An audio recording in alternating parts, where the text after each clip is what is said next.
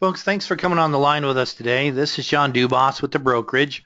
We'll spend the next 45 minutes or so discussing some of the opportunities we have in marketing to the Medicare population on a year-round basis.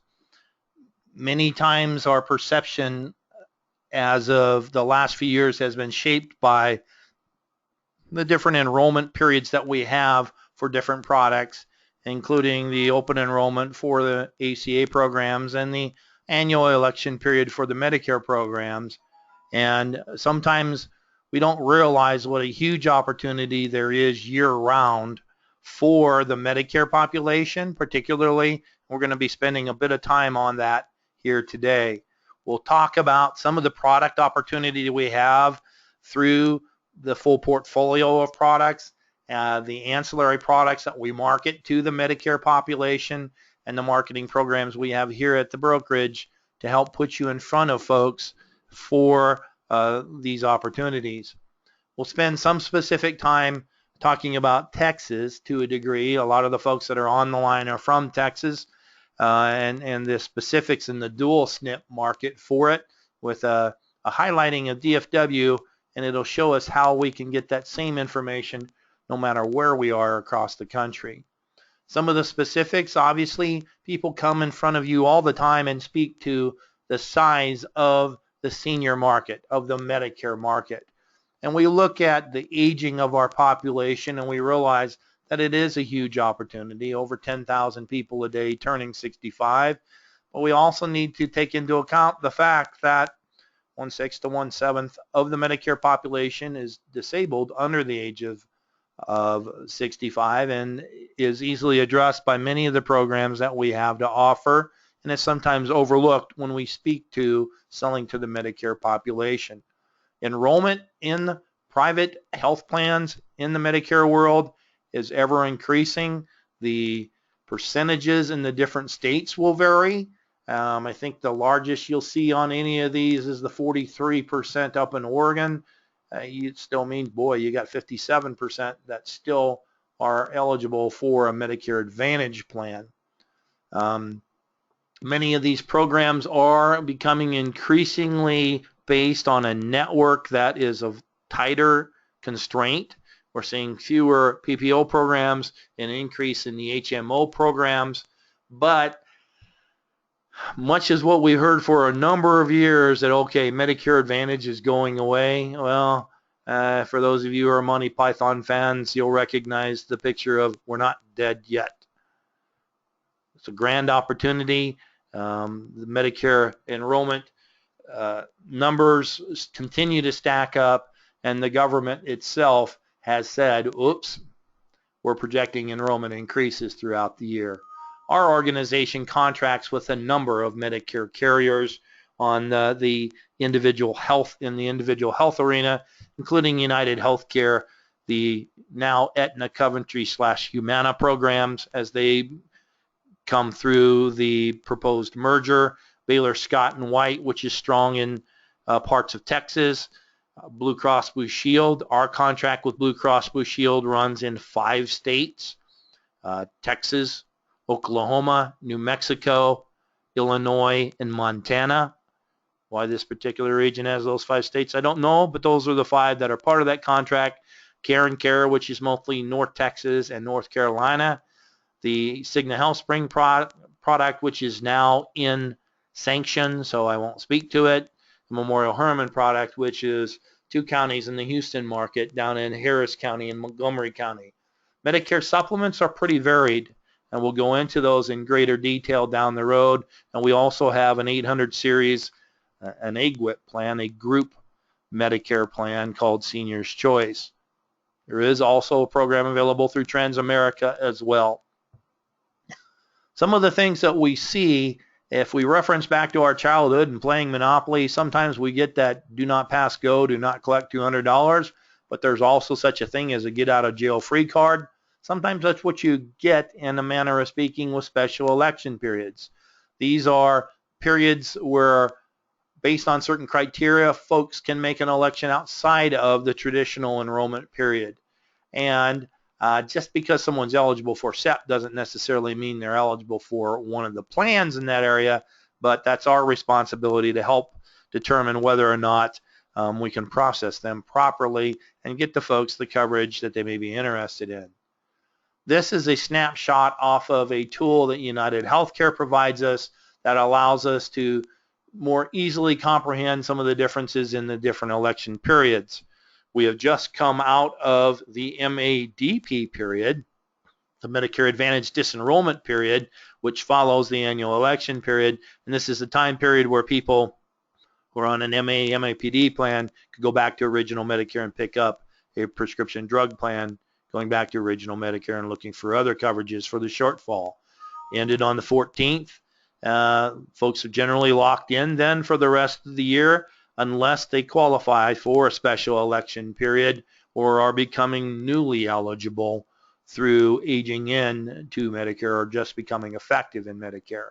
Some of the most commonly enrolled special election periods we see are, of course, the folks that are turning 65, the folks who had worked past 65 and then are enrolling into Part B, deferred for one reason or another, primarily because of employment. You'll see a number of folks who lose their group coverage, either voluntarily or involuntarily, that qualify for a special election period. Folks who move from one service area to another. The folks that are eligible based on income, either dual eligibles through a Medicare savings program, or folks who qualify because of low-income subsidy assistance for the medications. And then a commonly seen SNP in addition to the dual special needs plan is the chronic care special needs plan. Why do we care? Because these programs do give us an opportunity to change folks' coverage throughout the year, and in many cases it's a continuous special enrollment period if you're looking at income, and in certain circumstances it's a one-time shot based on other circumstances. These are codings that United Healthcare provides us for common election period coding.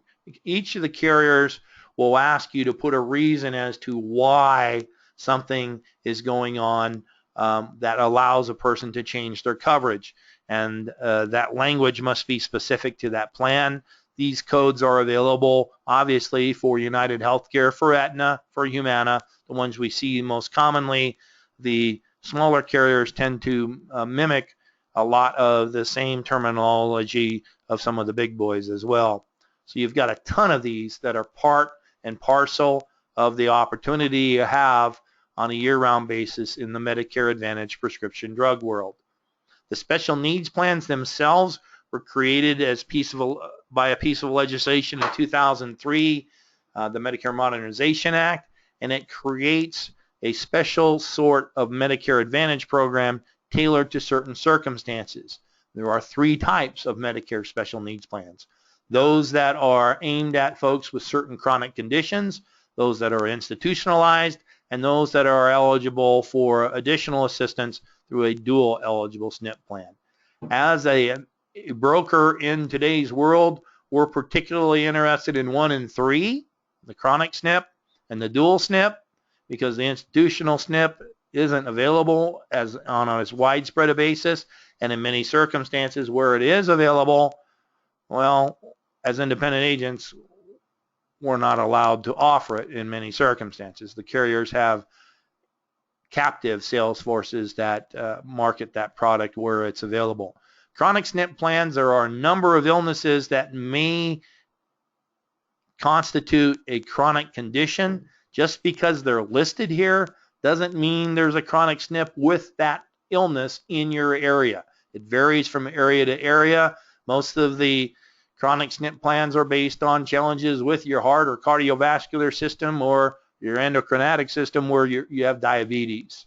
So you see some things happening in that regard that have special chronic SNPs put in place. And then, of course, the dual SNP plans that are basically targeted for folks who are full beneficiaries of both Medicare and Medicaid. While enrollment in these special needs plans continues to increase, it's still a huge market, And then when you look at certain states, it's a bigger market than than it is in some other areas. But you'll see that particularly in Texas, a big push for you. In Oklahoma, not so much. And we'll demonstrate the differences in just a little bit. The dual special needs plans is a great opportunity, particularly in certain markets where a carrier also has a contract for the Medicaid program that can create some specific, unique lead opportunities that we'll get into in just a bit as well. Why would you want to work that market? Well, because it's big. You'll see in many circumstances, over a third of the Social Security beneficiaries, well, Social Security is 90% or more of their income. People don't plan to fail, they fail to plan. In many circumstances, part of a generation believe that Social Security would take care of them, and it's not doing all that great a job with it. It's an equal opportunity strike. Folks in all ages, all races, all creeds can be below the poverty level, obviously, with an even increased amount of people being classified as near poor. These are folks that are below 135% of federal poverty level, which still allows us access to help them with different coverages, and we'll go into that in detail in just a second. These folks that are falling into this bracket see a substantial amount of their income as it is being spent on healthcare costs, so it's particularly important that we make this part of a mission to take care of these individuals. Medicaid can be a source of confusion, not only to the general population, but to agents as well. What's the difference between Medicare and Medicaid? Medicare is a program, a healthcare program for people based on either age or certain health circumstances. Medicaid is a program based on assistance programs for people based on income and assets. Doesn't matter what age, it all depends on what are the parameters in that particular state that are limits for income and assets. It is available to a number of individuals, basically co-funded through the federal government and the state. The monies aren't paid directly necessarily to the recipient, but to the healthcare providers, and the rules can change from state to state. That includes the counting of the income and assets for that individual. Could be different in one state than in another, and it's different for folks that are in nursing homes and disabled children living at home. A lot of times we'll go through this presentation and say, well, that's not that way for my mother who's in a nursing home. Yeah, well, nursing homes are special rules too. In Texas, and you're seeing this in a number of states, you're seeing a privatization of the Medicaid population as well. In Texas, that program is called Star+Plus, started in Harris County down in the Houston area in '98, and carves out basic services for that population. It is a network-based program that offers additional benefits even beyond what they may be accustomed to with Medicaid, but there are certain pieces of coordination that go along with the program and might be confusing to both agents and the population. And you'll see that as the government, in this case the state of Texas, contracts out these benefits, it is a area that may vary from particular market to market, where a carrier will have a contract in, say, Hidalgo County and do not have it in the Tarrant County service area. Why does this make a difference? When we talk about a demonstration program, you can see how that works and can limit some things, but in other areas it gives us an opportunity to totally coordinate care. This is a listing of the different service areas in Texas and the companies that are tasked, contracted for the delivery of that care. If you look in the Star+ column, you'll see HealthSpring in there. HealthSpring is sanctioned for Medicare products, not for Medicaid products. But as agents, we don't sell Medicaid products anyway, so kind of a moot point. Star+ itself also expanded across the state, about a year and a half ago, so even the more rural counties have a widespread distribution of this delivery system as well. And you'll see that for some of us that can be a great effect to us, because these are programs that the Medicaid benefit is managed but not subject to the dual demonstration product, which can change some things for us as insurance agents. A person in many circumstances can be enrolled in multiple managed care programs if they are a dual beneficiary. Well, at least two of them. They can be in one plan for the Medicaid portion of it, the Star+, and another plan for the Medicare portion of it, and they can work well together. One of the things that did change life for us in Texas last year is the introduction of the dual demonstration product.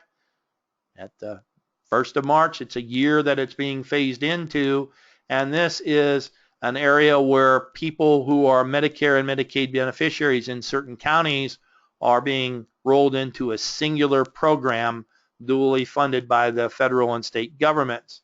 And it applies to certain carriers in certain counties.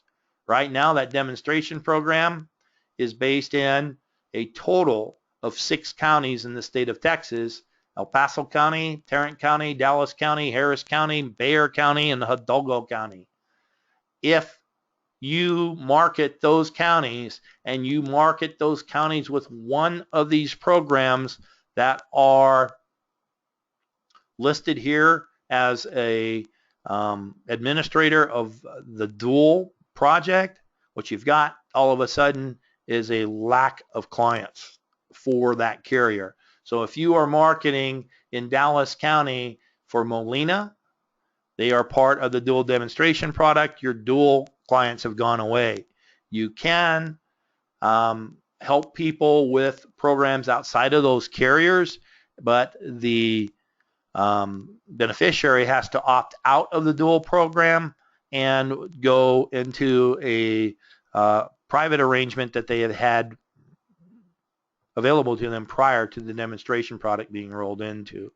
So just a little bit of a kind of a tweaking of the approach to a dual market in certain counties in Texas, those 6. If you market in one of those counties and you have questions, watch for some of the follow-up. We'll make certain we get you more detail. What I think makes a huge difference to us as insurance agents is not so much just the dual beneficiaries, which qualify for a dual SNP, but we also want to look to the partial duals, and these are people who don't have at least QMB status or below full Medicaid status. These are folks that don't qualify in many circumstances, or doesn't serve their best interest to go into a D-SNP program, but into a regular Medicare Advantage program, and they are a slightly different group to work with. They don't have some of the same entitlement mentalities. They don't have some of the same force of habit of, boy, I already get that anyway. These are people that really need our help. And it is a large group of people because it includes not just the folks that get assistance on their medical cost to a degree, but also on the cost of their medications through the low-income subsidy piece. In the numbers that came out for 2015, we have 2016 numbers that we are currently verifying to get to you as part of the follow-up to this situation. But if you have someone who is at 150% of federal poverty level or below, you may be able to help them qualify for an assistance program, either through medications or the medical portion of it. Either way, it then entitles that individual to a continuous special election period, and you can help them change their coverages year-round. And it is a continuous SEP, so they could change month to month if they wanted to. For an individual, it's about $1,500 a month with liquid assets of less than about $13,500. For a couple, slightly under $2,000 with liquid assets of slightly under $27,000. The low-income subsidy application is located on the Social Security website. Looks like the piece on the left right here, where you can actually go to SSA online and help a person qualify for assistance with their medications compliantly and legally. You can act as a advocate on their part to help them with this paperwork. There is also then a paper application that is available. If you can find one of these on the internet now that says, that doesn't say not to be submitted or sample on it, good luck with it. Most of the time what we use a paper application for, even with that other designation, is to collate the material to enter it online. Once a person does process an application for LIS, it takes about 10 to 14 business days to receive back either notice of approval or denial. And these are some of the websites you can go to for additional access to information on low-income subsidy. Medicare savings plans are actually programs that help pay for the person's Part B premium, which had been $104.90, about a little over $1,200 of monies out of their pocket per year. It is a program that's available in every state in the nation, federally funded, but administered by each state's Medicaid agencies. It works in conjunction with LIS now. When someone qualifies for LIS, unless the person opts out of the process, that application is forwarded to see if they get assistance on the Part B cost as well, in addition to the Part D cost. It is not a quick process, however, and is something that we can get involved in to help speed up the assistance to our prospects and clients. There are a number of people who qualify for a Medicare savings plan and aren't in it. The biggest reason is they don't know it's available to them. Another reason is the enrollment process isn't too terribly easy, and the print's small, the form's long. Getting to someone that can help them with that form can be a bit of a challenge. And then, of course, some of the folks are afflicted by misplaced social stigma. They think they're on welfare and don't want the assistance based on that pride factor. You can help people get these programs by working with the local Social Security office, hoping that a social worker there would help you. Some of the carriers offer assistance through social service coordinators, and then of course you could get involved in the application process yourself should you choose to do so. But as you do so, you need to go through and look at tests on two portions of that person's life, both income and assets. And keep in mind, as I mentioned, that does vary from state to state in a lot of circumstances. The income requirement, well, you can make more money, more or less money, you want to put it that way, in Hawaii and Alaska than you can in the other 48 states. The income is based on the categories that are placed here, including wages, Social Security, retirement from the railroad, pension funds, 401k fund. They're getting rental from a property. Many cases, if they have rental income, they probably don't qualify based on the assets test, because more than one house counts as assets as well, in addition to the savings account, stocks, bonds, mutual funds, annuities they may have. There are certain states, as listed here, that do not have an assets test. So it's based just on what is your income amount as to whether or not you would qualify for some additional assistance. It excludes one house and one car, regardless of the value of that home or vehicle, as primary residence, primary car. The first of the categories in Medicare savings programs are the qualified Medicare beneficiary status. This is the oldest piece of legislation that helps in this circumstance. Back in '88, and it was enacted by Congress. The majority of people who are eligible for this still don't have the coverage. It's about $1,000 for an individual, about $1,350 for a couple at an income limit. That's about 100% of federal poverty level. And the assets test are about $7,300 and about $11,000 for an individual and a couple. It takes care of the Part B premium and helps with plan co-payments and co-insurance. This assistance is effective the first of the month after the application has been approved and the eligibility has been determined. The SLMB program, the Specified Low-Income Medicare Beneficiary category, is also dictated by legislation from Congress. Almost 90% of the population that's eligible for this aren't in the program, don't have the assistance, and it goes up to $1,200 for an individual, $1,613 for a couple. And the assets test is the same as QMB, and what this does is it covers the Part B premium an individual has. It is retroactive if it takes too long to get approved. So what I mean by that is, put in an application, normally it takes 60 to 90 days to get approved. With the QMB status, okay, it's effective the first of the next month. This, it'll go back and refund premiums paid up to 90 days prior to that individual. So it can really help. They get a big bump in one income once they are approved for the program. QI1 program was created by the Balanced Budget Act. This says it's funded by Congress through a block grant every year. That was changed through legislation late last fall.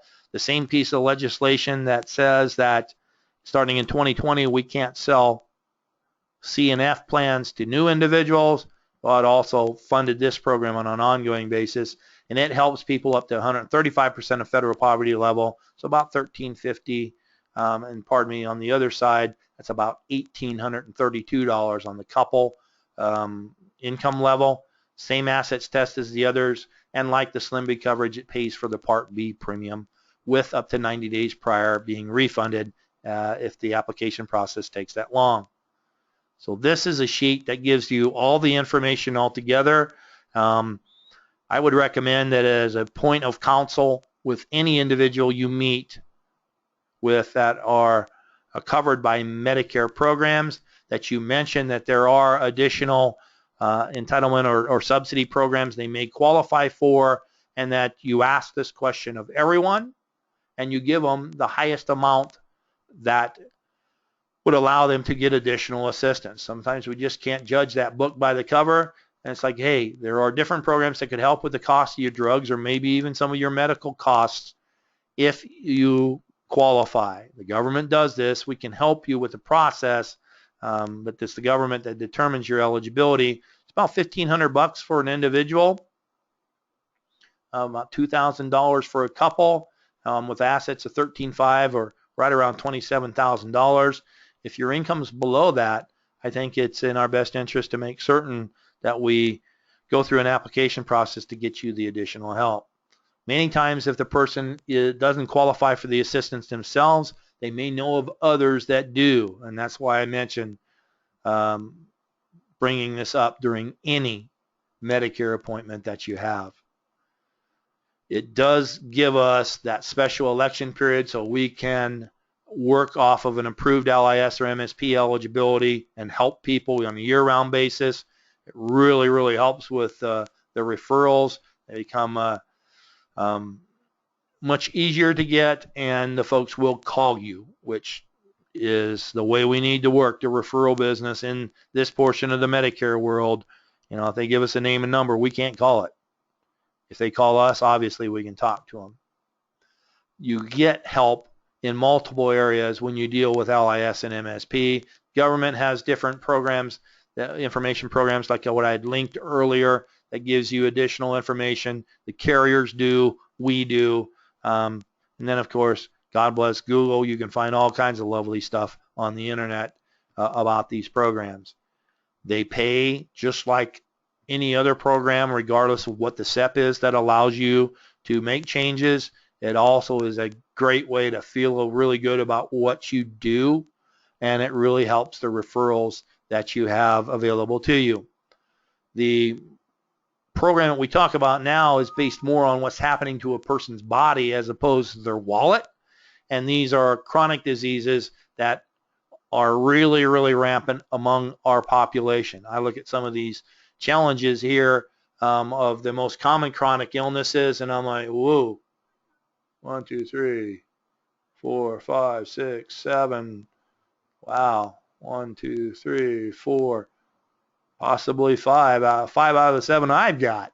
So it's fairly common in occurrence, and it's an opportunity that adds to the aging in of the individuals, because you've got 90% of the seniors have at least one chronic illness and 77% have 2 or more. Add into that the fact that dual beneficiaries represent at least 20% of the Medicare population overall. You got a lot of opportunity And these are some of the things that you see in common areas for chronic special needs plans. Dealing with someone's heart or their diabetes, you run across a lot of folks that might qualify for this. And it's important to note, whatever the opportunity we have throughout the year to help with someone, it's little more than what we can do during open enrollment if you base it on sales for the carriers. They have at least as many sales coming in during lock-in, during the SEP opportunity, as they do during the lock-in time period. How do we find out about these SEP plans? Go to Medicare.gov, refine your plan results, click on the special needs plans selections, and it'll tell you when it pops up. Ooh, look at this one. This is in Louisville, far right of the column where it says United Health Dual Complete HMO SNP. That gives them the plan number, and then it designates it as a special needs plan. So that's a good way to find out if they're available in your market. They're not everywhere, but they are available widespread in certain states, not so much in some others. The differences that you see when you go through and you look at these carriers, you got to look at everything that's involved in that decision. So the extra benefits are particularly important to the dual population and to the chronic population. What do they do with an over-the-counter benefit? Is there a catalog involved? Can they access that benefit locally? Is there transportation as part of the programs? Is there a health club membership? What do they do for the eyes, ears, and teeth? And then, of course, what are the providers that are involved in the network of that organization? And keep in mind, it goes beyond doctors, family doctors, and specialists. It also includes the need to check out the hospitals, the durable medical equipment carriers, the home health care agencies, all the pieces that are part of that person's care package. And then, of course, some carriers are better than others in getting you carrier support and help in marketing to this population. Part of that population, regardless of what we do in the Medicare world, there's a section of the world that's always going to be, or it seems to be, a Medicare supplement individual. And you have standardized plans. This gives you kind of a cheat sheet on it with the coverages across the board. We spend a lot of time on other webinars talking about our quote engines and how to differentiate between the Medicare supplement programs based on price, based on underwriting guidelines, based on rate hikes, based on availability. So different things that can be determined through our quote engines, and a very simple mechanism that helps us determine what might be the best buy for someone in our area or the target market that a person lives in. You then, of course, also have the opportunity to sell ancillary products. Right now, in February, in March, everyone should be talking about dental programs. Why? Because there's not a good dental program out there, but something is better than nothing if you want to look at it that way. And it's a demand product. People want to know about it. They're very easy to write, and they're part of an overall package that includes hospital indemnity plans. If we talk about ACA programs and high deductibles, what's a good way to reach that high deductible quickly? Well, going into the hospital. If you look at the Medicare Advantage plans, what are a couple of the things that really drive up the cost pretty quickly to reach that maximum out of pocket? Daily hospital rate. So hospital indemnity programs, simplified, can be very easy to use and help protect your folks from those unbudgetable expenses that seem to come as part of programs that are available in today's world. Critical illnesses are another area that drive up costs very quickly.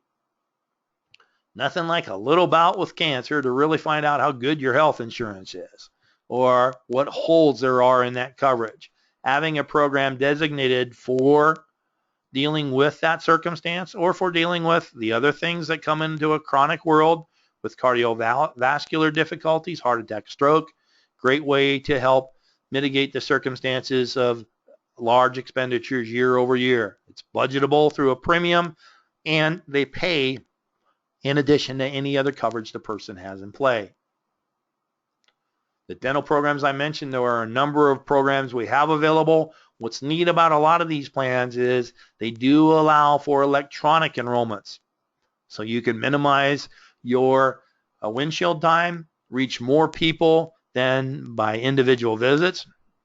Not saying you shouldn't do that, but a campaign electronically can really help bump up interest and at least direct you where to go very quickly as well. There's also the marketing program to help people with their pre-planning needs through Legacy Safeguard, a great way to help people plan for the inevitable and dealing with the cost of our passing. And this is a great system to do that.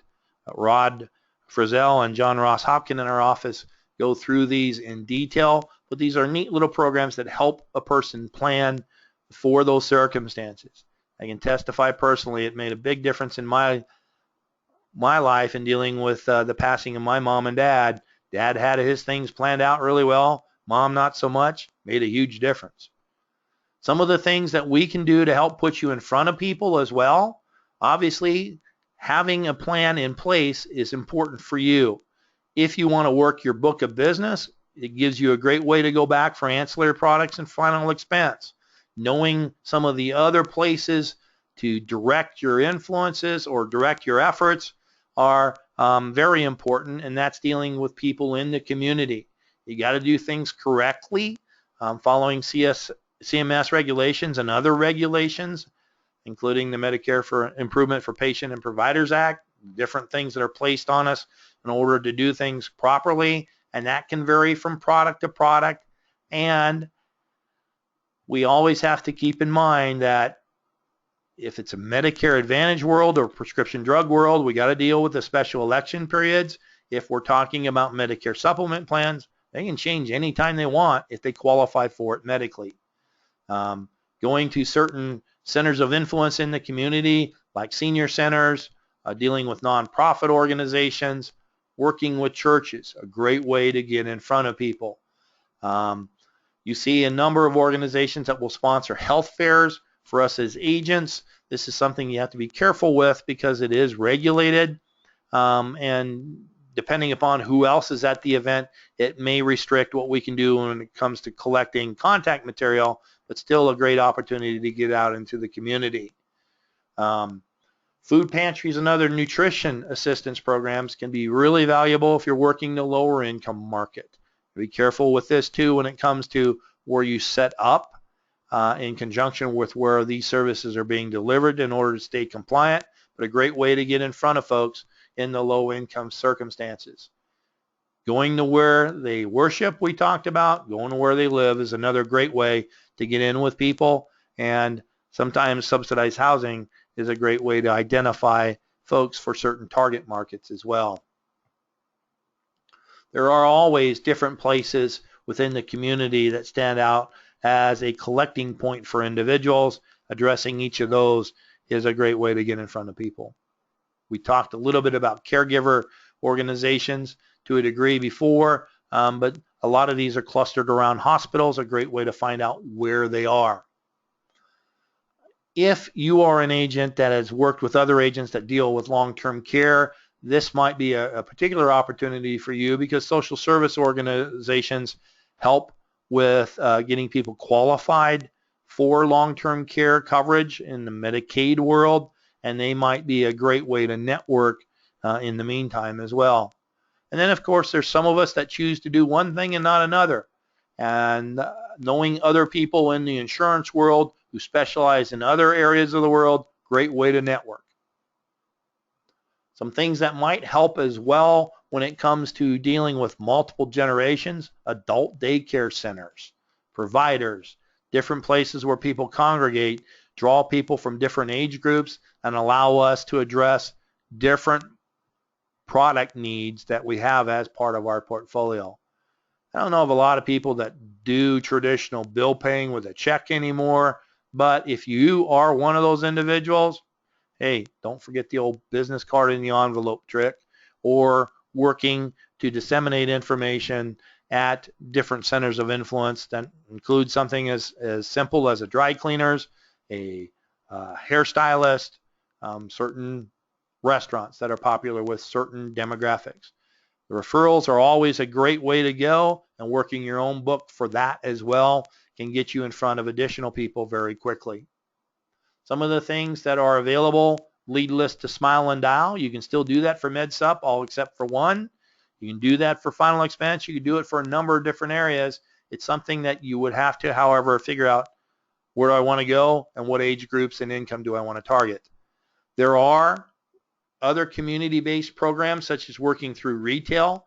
We have a program ongoing now, starting back up in March through July for retail opportunities with HEBs in certain parts of Texas. Great opportunity for folks that like to work that situation and use it as a hub in the community. And then, of course, working with the churches to help grow webinar or seminar selling, I should say, on a consistent basis. Doing it so during a time period now with topics of interest: dental, final expense through pre-planning, low income subsidy, Medicare savings programs, can draw crowds now where your partner in the faith-based world are very helpful in drawing the audience to you. Then, of course, working with docs apply to all ages, and working with certain carriers who have leads available to you as well. We have different mail programs that we have available. We partner heavily with America's Recommended Mailers. We have another webinar later today where we go through this in detail, but it gives you an opportunity to reach out for folks with specific needs through a catalog of mailers and referencing the responses either through direct mail or prompting a telephone call to you directly to create interest in certain products. We also have programs that are available that are kind of a frequent flyer type of situation, where certain carriers will have support programs built up as you work with that carrier. So as you place $5,000 in place business with Standard Life or Mutual of Omaha Company, they got retail programs, mailer programs, marketing programs that will support you on a subsidized basis as well. Translation, they help pay for it. We also have programs for folks who want to chase the MedSup business and have their contracts with us. We'll help with mailer programs specifically for them for that, and help winnow through the myriad of internet lead programs that are there available to you as well. We're doing quite a bit of this with final expense now, with some success in certain markets, so it's something that you might consider. We also help subsidize the cost of mailings through our brokerage bucks program. So if you write 8 applications in any of 8 categories, we'll fund that mailer for you.